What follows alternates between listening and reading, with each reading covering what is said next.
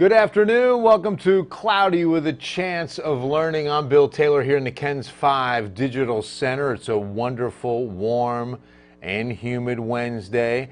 Might see a shower or two. Nothing we can really count on, but a slight chance before it looks like high pressure begins to dominate. A big howdy to Pete. First one in. Que paso, mi amigo? All good, not much, just going to give you a little learning on the weather warnings, probably one of the most important things we do in the KENS 5 weather department. What's going on, Yolanda? Good to see you. Janice, Deborah Witt, good to see you. How's everything? Oh, I'm so glad to see you here. Maybe, Sonia, it's a big maybe. You're saying there's a chance. It's about a 10 or 20% probability, so it's better than zero, but it's nothing we can count on. Most of us will definitely stay dry. Warnings, Laura. Yeah, no warnings right now. Just going to talk about what it takes to issue a warning. Thanks, Pete. Come on, man. I get to do what I do. It's a privilege. I'm blessed. Hope you're doing well today, my man. So let's talk about today's heat, shall we? It is another warm day in South Texas, 90 here in the city. Look at Bernie and Helotes. I'll take 84. Boy, that feels good. 92s, Lavernia, Stockdale, Floresville. Hondo's not bad at 87 degrees right now. That feels pretty good. All right, put a few more counties on the map and we'll see what's happening down I-35, I-37. We've got 92, Pearsall and Cotulla. This isn't too bad at all. Now, I'll give you one guess, where the rain is. Look at George West, Beeville, Victoria, Hallettsville, Columbus, mid-70s. Rain cooled. Feeling good in those communities. We'll look at radar in a second. First, the feels like 102 at Pleasanton, 100 out the door at New Braunfels. Not bad with 95 for us. 101s down on I-35. So I want to remind you that Project Cool's in full swing. We're under a partnership with Methodist Healthcare and our KENS Cares umbrella. But this is when we team up with Catholic Charities to keep our seniors cool. Remember that several seniors are on a fixed income or they have AC that doesn't work and they can't afford to get it fixed. Excuse me once again. So all you have to do is buy a brand new box fan. It's under $20 in most cases, and deliver it to the St. Stephen's Care Center, the Guadalupe Community Center, Society of St. Vincent de Paul, the Bob Ross Senior Center, Claude Black Community Center, or go online, donate some money. We'll buy the fans with Catholic Charities. KENS5.com/KENSCares. Because now that we're in the throes of this summer heat, this is really an important time to make sure that we're helping our fellow neighbors. It's been an incredible July, especially. Junction, what's up, James Hodges? Good to see you, my man. Yay for below 95, Erica, right? Absolutely, we'll take it. Oh, nice, Billy, there you go. Cindy, do we get to talk about watches and warnings, or has it been covered before? So I know we've talked about watches and warnings, but I think as we talk about the most important thing we do here, I wanted to revisit warnings and what it takes to issue a warning. And I want to give you the criteria because, again, it's something that severe weather is something we have to stay ahead of. And when it comes down to the most important thing we do at KENS 5 is warn you when weather turns life-threatening. I mean, it is the most important thing we do, honestly. We're a public service when it's all said and done, and I'm blessed to be a part of it. But the fact is, life-threatening weather will always occur on this planet. And so we have to stay ahead of it. We've got the greatest technology. We're better off than ever before with what we can see out ahead of what we have to, warn you of. The warning time now has never been better. If we can give 10 to 15 minutes with a tornado, it can be the matter of life or death. And that's typically what we're, striving for, is technology getting to the point where a 10 to 15 minute heads up would be incredible. And for a tornado, that is phenomenal warning time. But it's very difficult because tornadoes can form quickly with little warning. You can have conditions in place, but sometimes you don't, and you don't have a tornado watch issued, and you still get a good tornado. It happened on Sunday morning. So when we had the squall lines that were coming up from Hurricane Hannah, Sunday morning in between Lavernia and Stockdale, a little EF0 formed. It's a little spin-up, small funnel tornado. Well, it is not just a funnel. It spins up, becomes a full-fledged tornado. But EF0, 70-mile-per-hour winds were reported. that's pretty much a severe thunderstorm. So we've definitely dealt with 70, but 70 will do damage. And so, you know, you have to seek shelter in that kind of situation.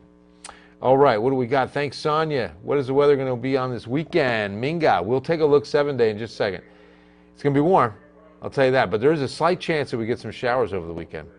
A lot of bats. Jesse, is that right? Yeah, definitely at sunset, and usually on radar, we'll pick up those big, you know, just spiral bands of bats that fly. Right, Pete? I learned the hard way, though. It was funny. The first night, Simon Cruz, I owe it to Simon Cruz. In fact, you know, that was the night that I asked about it, said it several times before I realized, because all the funny emojis were flying, and I'm like, okay, or laughing emojis, I guess. I said, okay, I said something, didn't I? And it was really funny. I mean, first time, you know, is the best time. I mean, I'm not going to fall for it again, obviously. But the best part was the fact that a good friend of mine who's a police officer in San Antonio, they have it on their desktop at his substation. And every so often, they want to get a good laugh, they'll play that audio clip from that Facebook Live. Too priceless.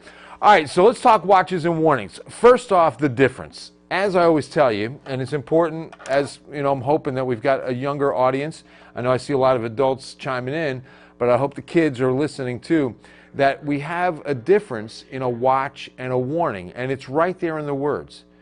If you just consider a watch, no matter what the weather condition, whether it be severe thunderstorm, whether it be tornado, whether it be flash flooding, and that last of those three is the one we are concerned with the most. We live in Flash Flood Alley. Remember, here in San Antonio, we're a city on a hill. The city of San Antonio is on a slope, and from the hill country into the city is a good 2,000 to 3,000 foot drop that'll cause flash flooding when you get those 3 to 4 inch rain events, 3 inch to 4 inch per hour rain events, and putting down that kind of rain that quickly, it leads to flooding in a hurry because remember, it's raining downhill. So it leads to the fourth leg of our water cycle runoff immediately. And so we use the term flash flooding here mainly because we have a flooding event within 3 to 4 hours of the rain beginning. So the rain begins, and within 3 to 4 hours, we've got isolated flooding issues. That's a very common problem here. And I also, the other reason I wanted to revisit this problem is that you're new to the area. I know that so many people have just moved to San Antonio from all over the country. We're the fastest growing area in the United States. And we're the 7th largest city. So we're busting at the seams, and our demand on water and resources is increasing all the time, and with energy. And so because of all these factors, I want to make sure you're aware of what kind of weather condition we're most prone to see. So flooding, the most important, and that's why, again, the difference between a watch and a warning, that whether it be flooding, severe thunderstorm, or tornado, the conditions are in place with a watch, okay? It doesn't mean that we've got it yet. We don't have any one of those. And it's also winter weather. There's also, of course, heat, all different weather factors. But the condition that we're watching, just like that says, the word says watch, well, because we're watching for it to occur. It hasn't happened yet, but we're watching. Warning means it's occurring, okay? But then there's certain criteria that we need in order for that warning to be issued, to go from the watch to the warning. And remember, too, the difference that we've covered before and talk about all the time is the difference in how the regions in which they are issued. Watch is going to be a region of several counties for several hours. Okay, it could be an all day. A lot of times now the watches will be announced. I won't say issued. They'll be announced a day prior, because then they'll be going into effect the next day. We've seen that in recent years, and that's been a new normal for us, and that's great. You know, hey, tomorrow a flash flood watch begins at 8 a.m. and goes until 3 p.m. Typical. I'm not saying, I don't ever wish for that, but I wish we had those kind of rain chances. We don't tomorrow. In fact, no chance of rain on Thursday. But the fact is that when we have the conditions already out ahead, that we see, okay, this is looking pretty ripe for, say, Thursday or Friday or Tuesday, whatever it is, that will come out 24 hours prior, and we'll issue, or it won't be issued, it'll be announced that it's going to go into effect. Issue means that it's pretty much going into effect. And so the warning takes certain criteria that I want to go over with you a little bit and show you what it takes, again, for this watch to become a warning. So the warning will be for the county, okay? And I want to start with the one that's most important and most prevalent in South Texas, flash flooding. So the flash flood warning, and remember, again, we're raining downhill, so we're seeing things unfold quickly when it comes to a flooding situation in a region like this. I wanted to see what that acronym of HALT, High Water Alert Life-Saving Technology. So that's a network of sensors around the city of San Antonio, and I want to even say Bexar County, hopefully even more, that measures water level. We monitor those, the city monitors those, the National Weather Service monitors those, and that will help issue the warning, okay? Because when the warning for flash flooding is issued, and again, by county, typically for 45 minutes to an hour at a time, sometimes the flooding ones are several hours, especially if it's a river flood warning. That'll be actually days because we're expecting the rise. But the warning means that life-threatening flooding is imminent or occurring. It's going to happen within an hour, or it's already happening. We've got water levels over the road here. We've got our HALT sensors indicating that we've got low water crossings that are barricaded, okay? And then there are other methods by which these warnings can be issued. Spotters, trained spotters with the National Weather Service, which I should bring up. If you are someone interested, or you or someone you know is interested in becoming a weather spotter for the National Weather Service, contact our office in New Braunfels. Our National Weather Service office is in New Braunfels, servicing San Antonio and Austin, and they would love to get you into the next free training to be a storm spotter. You're trained to spot severe thunderstorms, flash flooding, all severe weather events, and you will report to the National Weather Service. It's a great opportunity for weather lovers and folks interested in meteorology. So become a spotter today. But then radar is also an indicator because of rainfall rates. We have technology that now measures the rate at which rain is coming down. So we know that if it's been coming down for, say, 30 minutes at a rate of 3 to 4 inches per hour on a radar estimate, that we can issue a flash flood warning. There's got to be some flooding based on this rainfall rate and where that is moving. Yes, so see, Linda has already learned about HALT, High Water Alert Life-Saving Technology. High water is GH, so high water, so it could have been HWALT, right? HWALT, if we threw the W in there. But it's a High Water Alert Life-Saving Technology. Remember that 80% of flood-related deaths happen behind the wheel. 80%, 8 out of 10 people that lose their lives in flooding are behind the wheel of a car. Turn around, don't drown. That is the most important statement in this area. We're in flash flood alley, turn around, don't drown. When you come up on water, you don't know how deep it is, you don't know the rate at which it's moving. Turn around, don't drown. Very important. All right, so that's the flash flood warning. Now let's talk about our next weather element. Let me get this out of the way. There we go. Okay, severe thunderstorm warning. So we've got a thunderstorm. It's producing life-threatening lightning, but it still might not be severe. It's producing winds of 45 miles per hour and pea-size hail. Also not a severe thunderstorm. So it can definitely do a little bit of damage. It could definitely take a life. Lightning is a killer, but it's not the part of the criteria for a warning. Now, indirectly, yes. If it's a thunderstorm, it's of course got to be producing lightning. So that's part of it in that sense. But if it's only producing lightning and not these other two parameters, it is not a severe thunderstorm. Those parameters being 58 mile per hour winds at least. It's got to be the minimum on a 58 mile per hour wind gust, and hail at least 1 inch in diameter. So we're looking at a quarter, okay? A coin piece of a quarter is a 1 inch diameter size hailstone. That's where you're going to start seeing some dents, possibly some breaking glass. Now, this is also detected by spotters as well as on radar. We can see hail cores on radar. The colors will typically turn white or even sometimes black. I think white is a top tier, but even the ones that turn black are showing us the hail core. Plus, we have the software technology that the computer uses an algorithm to determine what rainfall rate it's seeing, which usually they get blasted. The computer will put down, like I've seen, like in a hail core, it'll just get so confused because it's just like a wall, right, of like ice, stones, hailstones coming down, and it'll put out a rainfall rate of like 24 inches per hour or 35 inches per hour. It throws it off, obviously, right? That's apocalyptic rainfall rates. A thunderstorm in South Texas is a 3 to 4 inch per hour. Those are the blinding ones. Usually a good heavy one is 1 inch to 2 inches per hour, but the blinding ones, the real big ones, are going to be 3 to 4, and that's what leads to the flooding. But now in that thunderstorm environment, remember that again, it's got to be that hail in 1 inch in diameter and then the 58-mile-per-hour winds. But with that kind of rainfall rate, with that kind of weather condition and height of storm that we're all estimating, that's where radar comes in as an indicator that it is a severe thunderstorm, okay, and we can warn you. Spotters, once again, trained by the National Weather Service, that are out and about and well trained enough that they know what to look for with a severe thunderstorm.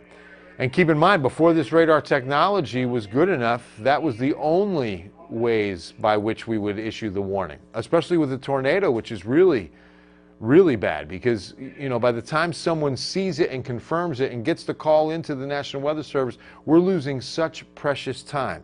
Let me just interrupt for a second. Interrupt myself, right? The most important thing we do is the timing, the 5 to 10 minutes. The quicker we get that warning out there, the better. And again, we've gotten to the technology point now where radar will indicate rotation in that thunderstorm so we can issue the tornado warning. It might not be a full-fledged tornado yet, but the radar is indicating that the water inside the top of that storm is being whipped around.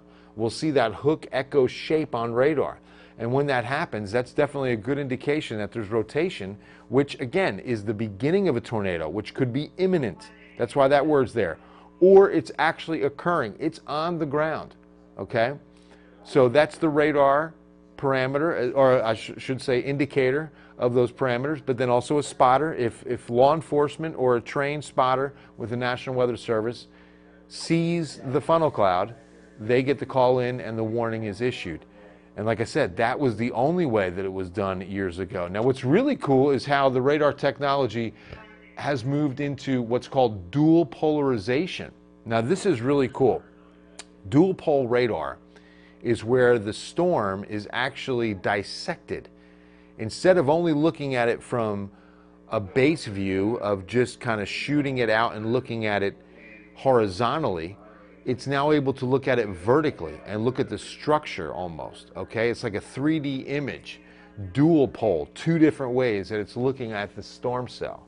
So it gives us a great indicator as to what that storm's doing, how it's behaving. So what you're looking at right now are some of the key indications of what we look for in a tornado. Now, the two images on the left are what's called a debris field. Okay, so what dual polarization technology has afforded us is the opportunity to actually see debris being picked up by the tornado. Remember, it's a vortex, it's a suction, it's a vacuum, and so everything's being sucked up into that vortex. Well, radar can now indicate that debris field. What's flying around that vortex is being picked up on radar, and that's what you're looking at, lower left-hand corner. That's a debris field. Upper right is what's called gate-to-gate shear, okay? So when we have the green color, that means that winds are going towards the radar site. The red color means that winds are going away from the radar site. So green going towards, red moving away. When those two lock up next to each other, upper right-hand image, is when we have what's called gate-to-gate shear, which is what is rotation. That means that we've got rotation. We've got, a tornado. You know, I mean, it's got to be rotation because winds are going away and winds are moving towards, and that means that they're circling, they're rotating. So that's the radar indicator of the tornado. So probably, again, one of the most important things of the three, because the timing on the tornado is key. The flash flooding, we usually have a little bit more heads up on. The severe thunderstorm, you know, where is it moving? But a tornado is so sporadic and they pop up and back down so quickly that every second counts. And that's one of the most crucial, is that we have that radar technology that's affording us that opportunity to give you those 10, 15 minutes that you so desperately need. Good stuff. Again, most important thing we do is the warnings. They're issued from the National Weather Service. We get that information to you, okay? The Severe Prediction Center in Norman, Oklahoma puts out the watches for regions, but it's the National Weather Service local offices, and for us it's in New Braunfels, that'll issue the warning when they see the indications in place or they get the call from that trained spotter. All right, let's take a look. 7-day forecast where we're drying out. Now that isolated shower for Thursday, probably not going to happen. I mean, maybe southeast, but not in San Antonio. That's why you don't see a percentage chance on that Thursday image. But for Friday, 10% ought to do it. Now we've upped it a little bit for Saturday. Models are leaning towards a small disturbance that just kind of works its way in. High pressure gets weak enough that we've got a 40% chance now on Saturday of seeing some much needed rain. 97, 98 Sunday, so notice just above average. But the last 2 days of July are going to be hot ones. 99 tomorrow afternoon, and Friday, the final day of the month, 101. So here's what we've been doing, and this really could happen. We could break the record for the hottest July in history. So here's the setup. Today's Wednesday, we're waiting on today's high, but you see the amount of records we've had this month, 4.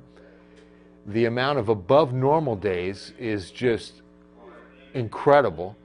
And look at one below average or normal day, temperature-wise, was this past Saturday when we hit a high of 93. We had one normal day, which was the following Sunday, at 95. But every other day above average, 4 of those days records. So here's the record we're chasing. The highest average temp for the entire month of July. So the record holder is 2009's July at 88.7. This is not the average high, obviously. This is the average daytime temperature, 24 hours. The average temperature, 88.7, the highest, 2009. So right now in San Antonio, we are tied. We are there. So this is already the record, okay? We've tied it. But the next 2 afternoons could at least push it up a 1/10 of a degree. If we hit highs of 99 to 101 Friday, I think we definitely bust it, and number 1 will be 2020. Number 2 will be 2009. The hottest day, that 107, by the way, on July 13th, hottest July temperature ever recorded in San Antonio. Hottest July day ever recorded, 107. And remember, hottest temperature ever recorded, September 2000. It was September 5th. Right? Yeah, September 5th, 111 degrees. Late to class again, Brianna, and yeah, this is becoming a bit of a pattern. So the tensions are definitely no, too hot this year. Good to see you, Sabrina. You're welcome. It's on fire outside. I could bake a cake out there. Pete, do it. Let's bake some chocolate cake. Good to see everybody. I'm not sure, Cindy. Good question. Asking for a friend. I would, again, contact the National Weather Service, and here's the website. Y'all ready? Get a pen. Here we go. I'll give you a second. www.srh for Southern Region Headquarters, SRH. Oh, wait a minute. Whoa. I'm such an old man. That's the old website. weather.gov/EWX. And I'm going to check that on the W itself. www.weather.gov/karate chop, as I like to say, EWX. And that's the San Antonio office. You'll have everything you need to know there about becoming a National Weather Service spotter. It's a great opportunity, especially for young boys and girls who have a real love for science and are interested in meteorology. Become a National Weather Service spotter. They'll have trainings announced. And I'll typically, because Paul Ura is the warning meteorologist at the National Weather Service, which, you know, I was thinking about it last night. We should have done this with him and live out at the National Weather Service office. We're going to do that in a future classroom. But for now, Paul is the one who coordinates those spotter training sessions, and he'll typically give us a heads up. Hey, we're going to have one in Pearsall Tuesday. We're going to have one in Fredericksburg Monday, and we'll announce them on Ken's 5. So stay tuned, and we'll probably let you know of the next one. I started some strawberries late this spring. I'm just trying to keep them alive. Man, I know, right, Erica? Hope it goes well. You're welcome, Paula. Thanks for mentioning. Hope everyone's having a wonderful day. I've seen it on the movie so many times. Think Twister. Oh, right, Cindy? Absolutely. All right, have a wonderful Wednesday. I love you. God bless you, and make sure you tune in for Eyewitness News First at 4. We will see you then. Have a wonderful Wednesday. Make sure to hydrate.